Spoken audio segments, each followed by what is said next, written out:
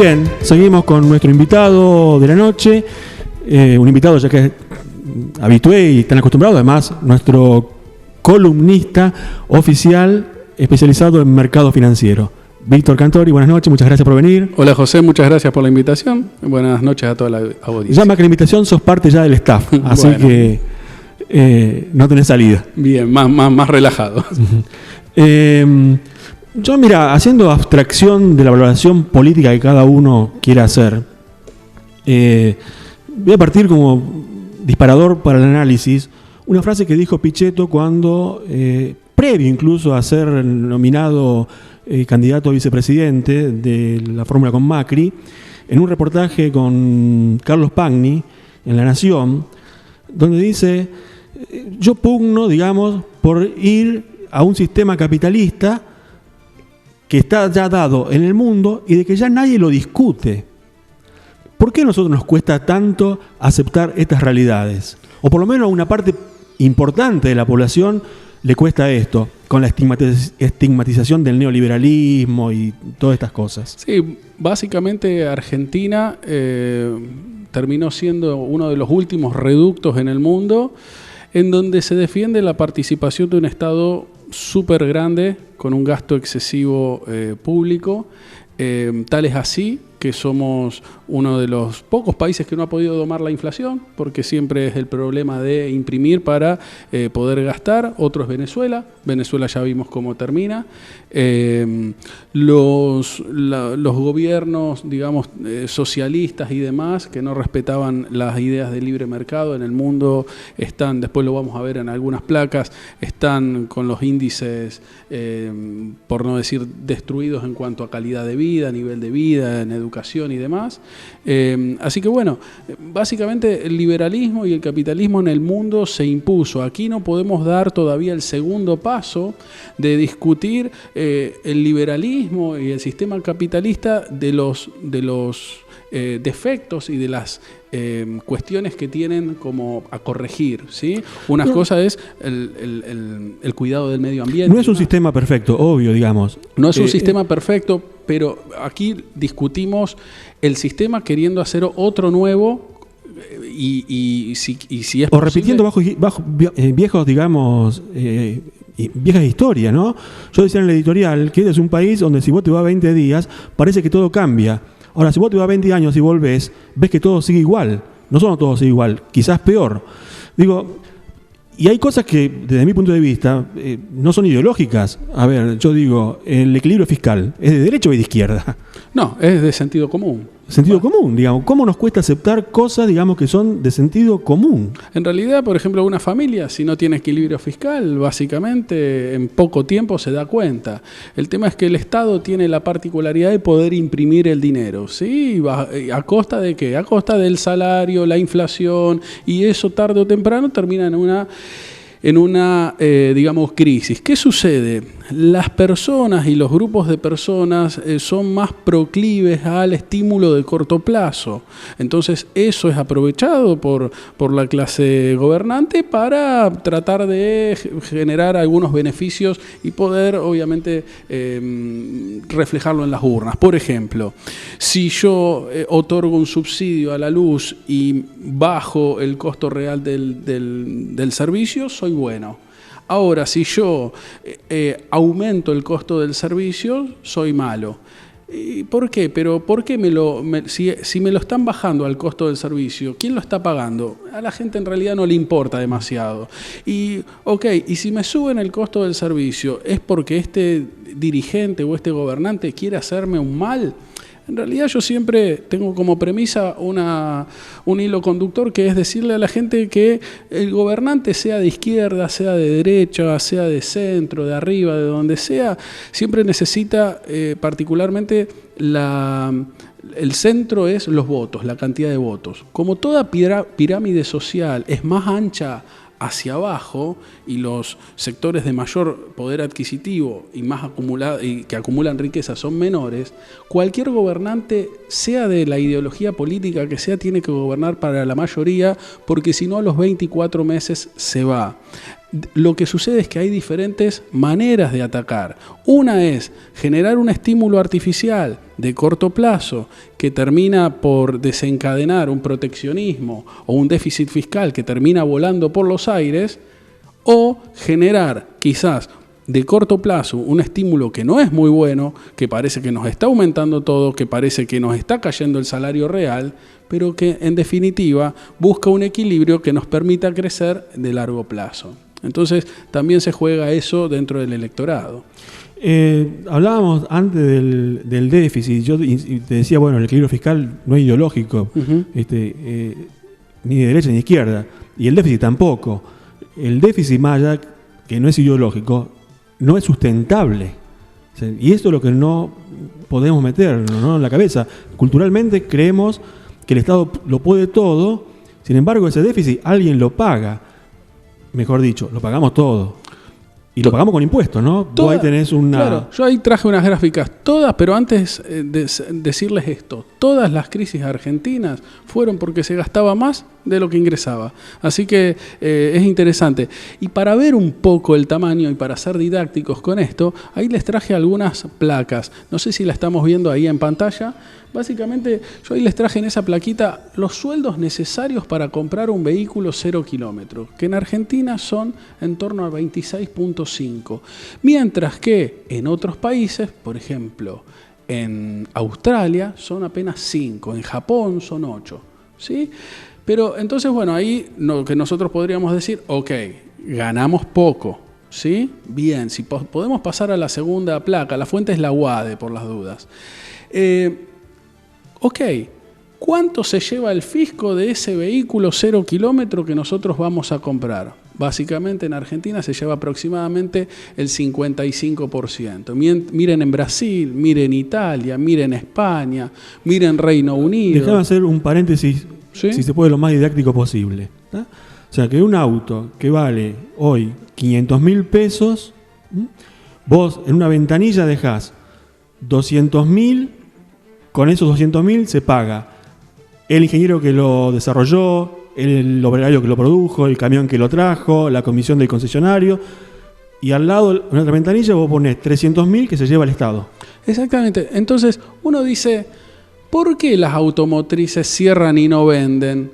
Y bueno, no venden porque tienen una carga impositiva y el auto sale carísimo al mercado. No porque las automotrices sean ineficientes, sino porque el Estado es muy grande. A ver si vemos de nuevo la placa ahí para tener una idea, una referencia. Ahí básicamente tenemos cómo el dinero que se lleva el fisco. O sea, cuando ustedes vean a una familia dentro de un vehículo, si ustedes quieren un reparto de la riqueza, si se alejara un poquito del Estado, sepan que el mismo valor la mitad del valor de ese vehículo podría estar en el bolsillo de esa persona que a lo mejor le cuesta mucho mandar a los hijos al colegio, o les cuesta mucho tomarse sus vacaciones, o le cuesta mucho llegar a cualquier bien, ya no, digamos, un bien de confort, ¿sí? Y eso reactivaría muchísimo el consumo, y eso dejaría el dinero en el bolsillo de las personas sin que el Estado lo tenga que asignar de manera discrecional, que eso es muy importante porque genera también libertad y una calidad democrática muy interesante, ¿sí? Ahora, este ejemplo de los autos es válido para todo. Este es el punto.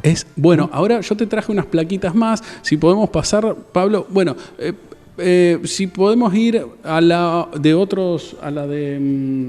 que tiene unos circulitos, esa. Mira, José, esa plaquita muy interesante que me dio la posibilidad de hacerlo de darla en Universidad Nacional de Rosario. Si uno básicamente compra un whisky, el 70% son impuestos. Si uno se toma una botella de vino, el 60% son impuestos. Si uno toma una botella de agua, el 50% son impuestos.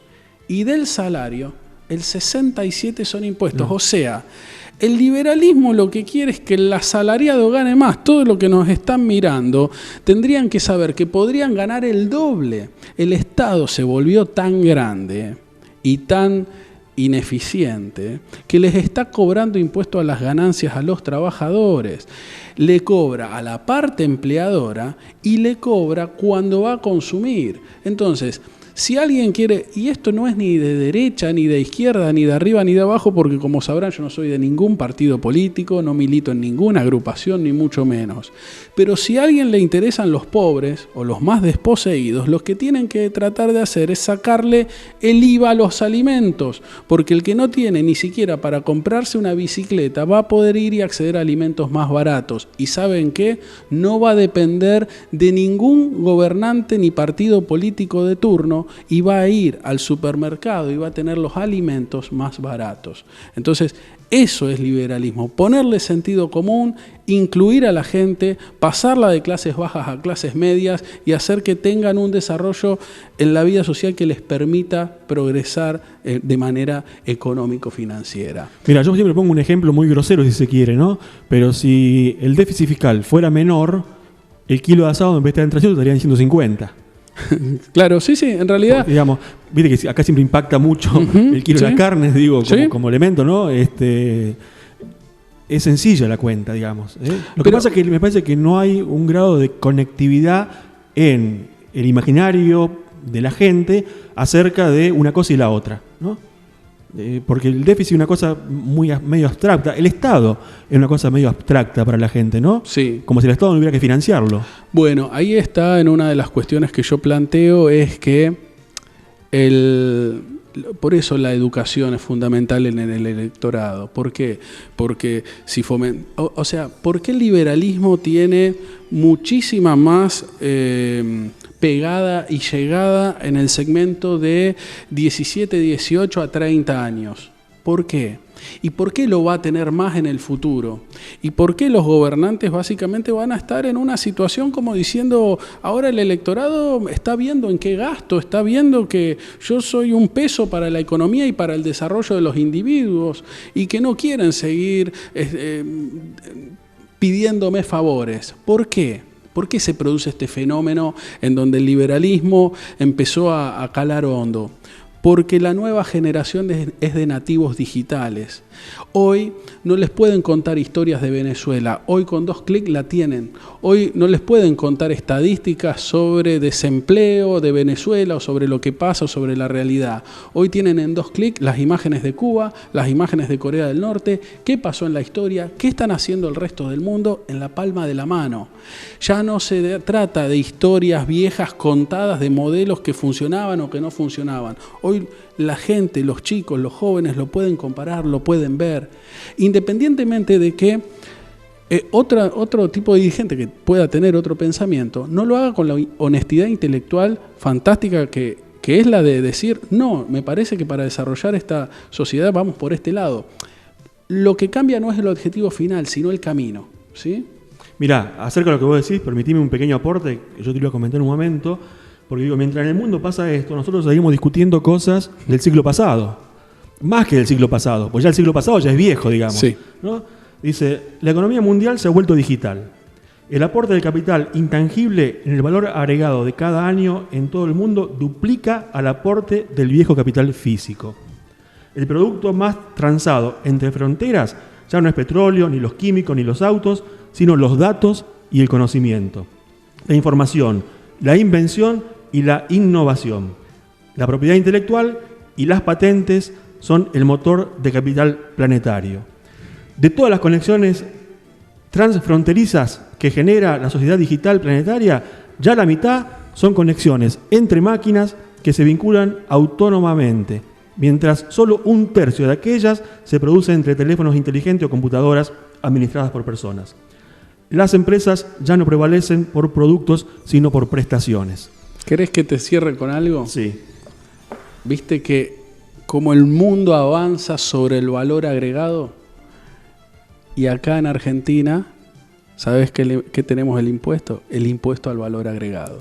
O sea, acá no permitimos que nada avance. Nosotros, me toca a veces... Mirá, yo te voy a decir acerca de esto, lo que vos decís. El sindicato de Moyano se le plantó a los bancos para que no manden más, porque los bancos iban a mandar el resumen digital. Digo, qué sé yo, voy a un ejemplo de lo más elemental. O sea... para que no dejen de mandarlo por correo, que tiene un costo...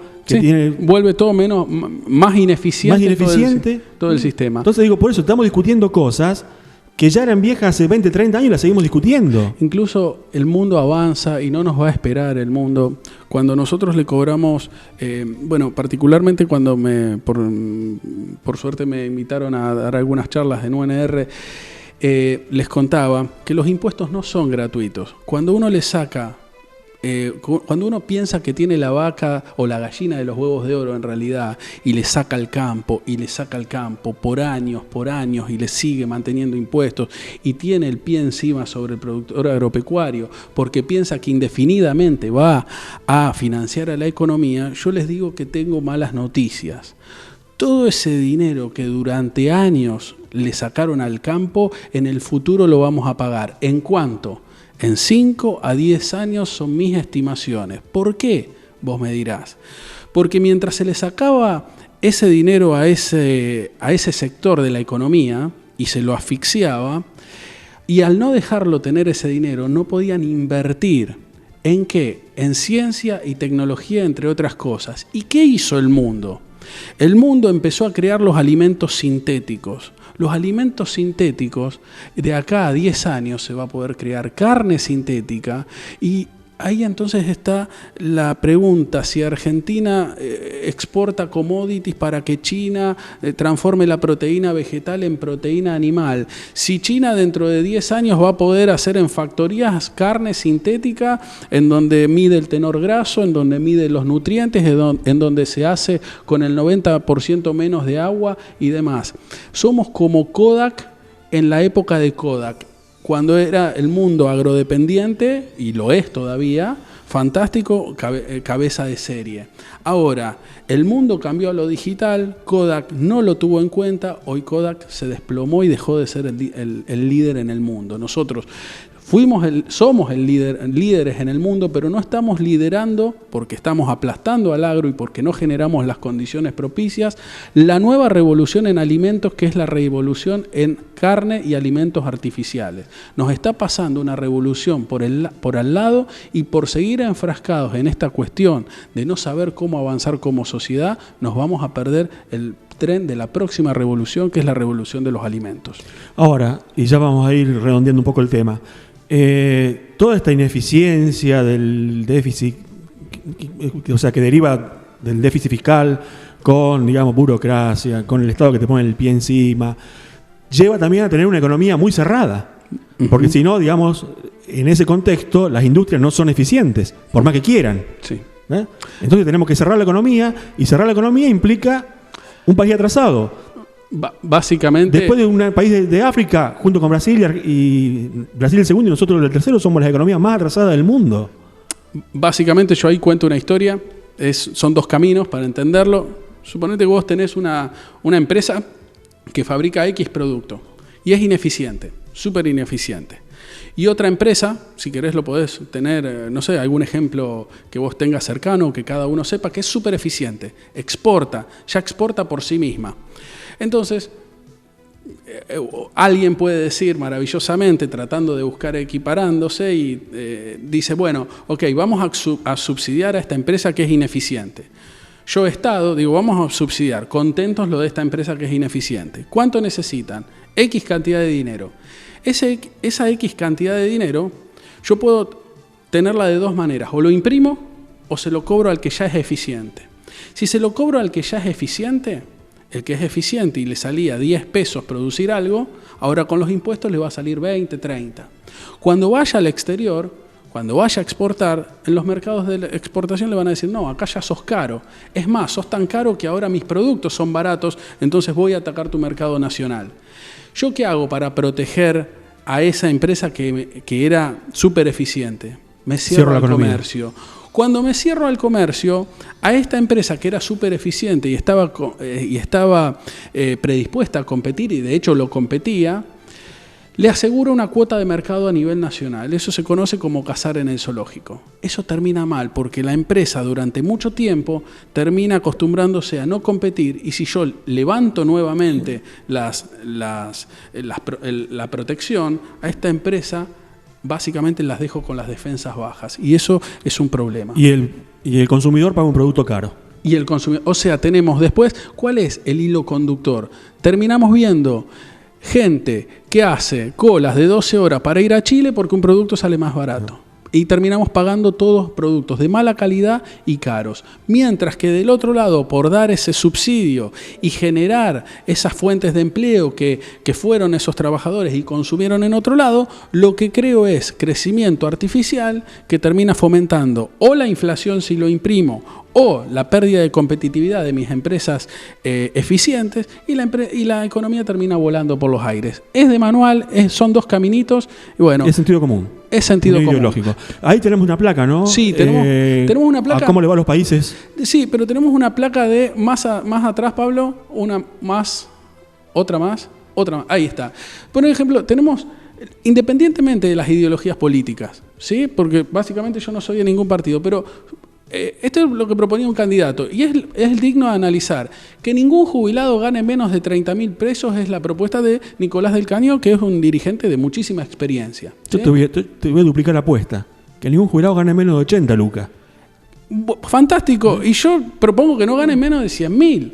El problema es que estas declaraciones, exactamente, el problema es estas declaraciones que son fabulosas, pero el problema es de dónde lo sacamos. Entonces, no juguemos con el electorado que por ahí, está pasando necesidad y por ahí claro, le dan esta propuesta. ¿Quién no va a querer, y es digamos? muy buena. Vamos a la otra, porque para salir de la cuestión política, porque a mí no me interesa esa parte. Por ejemplo, Marcelo Slotoviazda, periodista de primer nivel, con herramientas intelectuales fantásticas. Todo argentino debería tener el derecho de conocer las cataratas. No debe ser difícil de instrumentar y financiar. De paso se equivocó en escribir instrumentar. ¿De dónde va a salir el dinero? O sea, para esto vamos a ser ineficientes para pagar este tipo de cuestiones. No es el camino. Y por otro lado les traje otra plaquita que es, eso, lo que estamos viendo ahí en pantalla, que quizás no se vea demasiado, pero no hay ningún problema, es el ranking de países de la libertad económica y el desarrollo económico. Básicamente nosotros, para que la gente se dé una idea, son unos 100... Estamos en el 160 y pico. En realidad son unos 180 países, nosotros estamos en el 142, estamos en la tercera columnita casi llegando al rojo. Al fondo de todo está Corea del Norte, Venezuela, esos paraísos fantásticos para que la gente viva. Y del lado superior, ¿quién está? Dinamarca, Finlandia, Noruega, Suecia. Y por ahí también hay... y esto también para desmitificar algunas cuestiones. Uno dice, no, pero nosotros tenemos que adquirir... Miren, ahí se está ampliando muy interesante y vemos cómo estamos en el puesto 148 arriba a la derecha de la pantalla. 148 Argentina en libertad económica. Una correlación directa entre libertad económica y progreso de la población. Y una cuestión importante también. Uno dice, los países nórdicos son socialistas. No son nada socialistas. Son muy liberales. Es más, vos sabés, José, que los países nórdicos no tienen salario mínimo. El salario mínimo es 0. ¿Sí? Imagínate si vos llegás a proponer una propuesta de esa aquí. Se fomenta la libre competencia. Mira, una cuestión también, que también con un hilo conductor. Suponete que yo te digo acá en Argentina, ciencia y tecnología. ¿Vos con qué lo asociás? Automáticamente. CONICET. Bien, ¿viste cuando los cerebros, la fuga de cerebros, o sea, los investigadores, ¿sabés cuándo se fugan a dónde se van? Se van a otros países desarrollados, de hecho más libres, pero se van a instituciones privadas a investigar. Acá parece que si el Estado no fomenta la investigación y la tecnología, no se investiga, ni se avanza en tecnología. ¿Pero por qué? En ciencia y tecnología. ¿Pero por qué? Porque el sector privado está agobiado a impuestos. Entonces, ¿cómo va a invertir en ciencia y tecnología si no puede crecer? No se puede quedar con el dinero. Entonces, ¿queremos ciencia y tecnología de verdad o para la tribuna? Si queremos ciencia para la tribuna, no hay problema. Sigan reventando a los 450.000 responsables autónomos a impuestos, a la otra cantidad de monotributistas, y que en vez de 20 millones de cheques que paga el Estado, que haya 30 millones. Ahora, si queremos desarrollar realmente a la sociedad, tenemos que tener en cuenta ese ranking, y tenemos que tener en cuenta de que la ciencia y la tecnología debe ser hecha por privados, salvo algunas cuestiones. Mira, para finalizar, yo digo, saliendo de lo ideológico, de lo político, lo que cada uno quiera, miremos lo que es posible y lo que hacen los países, lo que le va bien. Así de sencillo. Incluso tenemos ejemplos acá en el vecindario, sin ir a los países tan lejanos. Chile. Perú. Copiemos a Perú. Colombia. Copiemos a Colombia. Yo les digo, si nosotros clonamos una fábrica de muebles, digo de muebles porque es particularmente Cañada es del mueble. Si nosotros clonamos una fábrica de acá del mueble y la llevamos a Misiones y a los 10 kilómetros ponemos la misma fábrica, los clonamos a los trabajadores y lo ponemos en Brasil, hacemos un mismo mueble y lo juntamos en la frontera, ¿saben cuál va a pasar? El de Brasil. ¿Saben por qué? Porque tienen menor carga impositiva. Eso nos tiene que dar una señal. Sencillo.